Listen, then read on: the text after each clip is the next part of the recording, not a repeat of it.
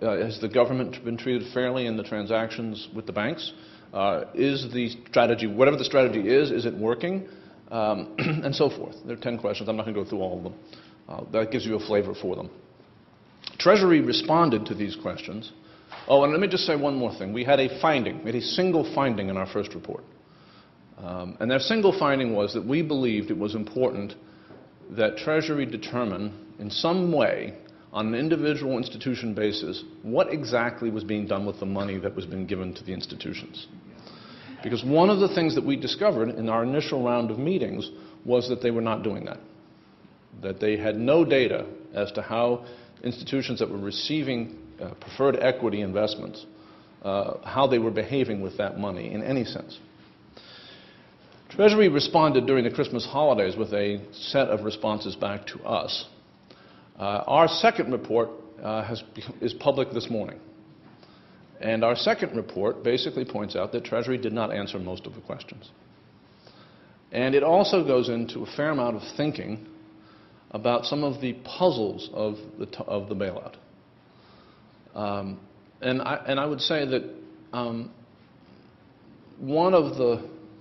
I would just point out one puzzle of the bailout, and this is just a set of facts. There are two programs in the bailout.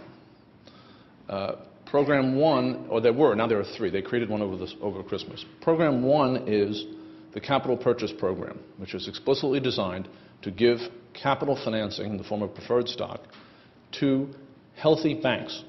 Healthy bank is described, and bank is a generic term. It seems to be broader than banks, but healthy banks are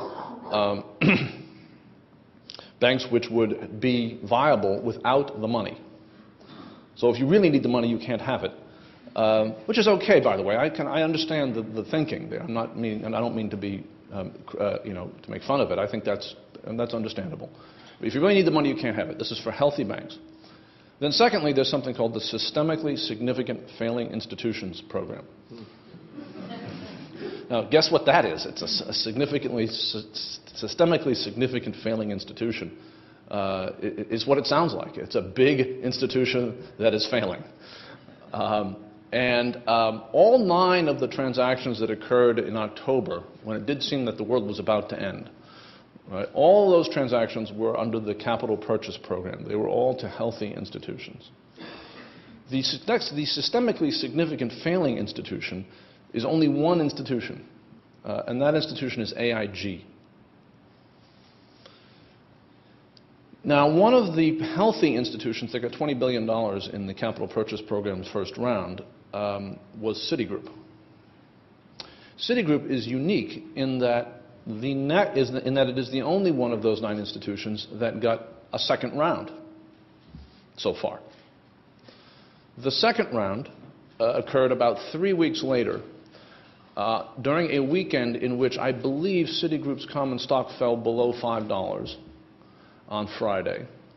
And there was widespread speculation that Citigroup might be in, shall we say, Citigroup's viability might be in doubt. And there was widespread speculation in the press that that might be the case. And Citigroup received, over that weekend, a further $20 billion and a loan and a guarantee given by the Fed, the Treasury, and the FDIC in various slices that a pool of loans that Citi held, whose face value was $300 billion, would not diminish in value. The Citi was there's a slice, the first, I think, the 10 billion or so of losses will be absorbed by Citi. I may have the 10 billion number wrong, but the first slice is Citi's loss. But after that, it's various government agencies and the Fed. That set of events took place under no program at the time. I thought that it must have taken place under the Systemically Significant Failing Institutions Program, but I was wrong. It did not. It took place under no program. It just happened. One of the interesting things about the Systemically Significant Failing Institutions Program is that the equity in that institution, AIG, has been knocked down to basically nothing.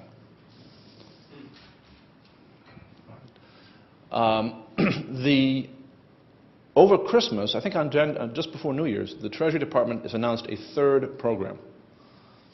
And the third program has a name which I'm afraid I have not memorized for this talk. But it is essentially the Somewhat Sick Institutions Program. And the Treasury, the Citi transaction has been sort of backfilled into that category.